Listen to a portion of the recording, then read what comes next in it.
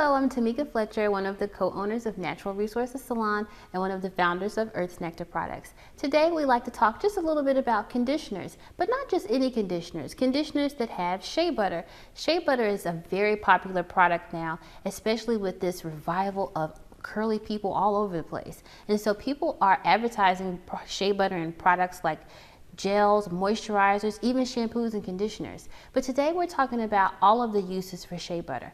Now there's some pros and cons to using shea butter, especially if you have curly hair. You want to make sure that you're not using products that are too heavy and build up in your hair and actually coat the hair shaft.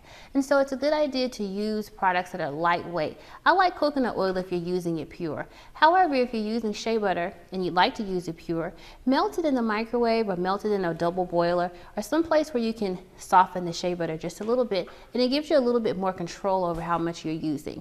Once the shea butter is melted, if you're using pure shea butter, you can use it as a hair mask, you can use it as an overnight treatment, you can use it also as a warm oil treatment. It adds shine to your hair, but it's a good idea to remember not to overuse the shea butter. You can also use it inside of another product. How about mixing shea butter and coconut oil together?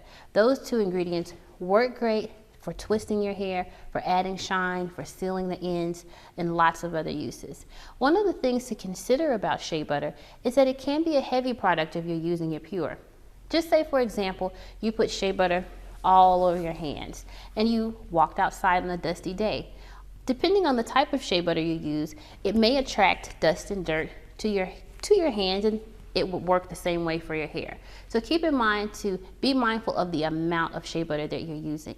If your shea butter is inside of a conditioner, it can be the best experience you've ever had. Using shea butter in a conditioner can soften your hair. It actually acts as an SPF and protectant from the sun. So there are a lot of pros to using shea butter, especially if you're using shea butter to seal the ends. Now the difference, you have refined shea butter and there's unrefined shea butter.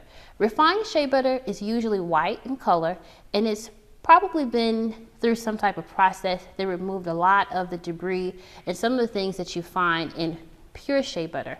Pure shea butter though has a lot of protein and a lot of property that you don't get when you use refined shea butter. And so it's good to kind of keep in mind what your source is when you're purchasing shea butter. If you decide to use it pure, find manufacturers that you can trust. But remember, using small amounts of shea butter are better. Melting the shea butter before you use it is a great option. Mixing shea butter with maybe another oil base like a coconut oil can actually lighten the oil. So it's a good idea to remember these tips if you've decided to use shea butter alone or inside of a conditioner.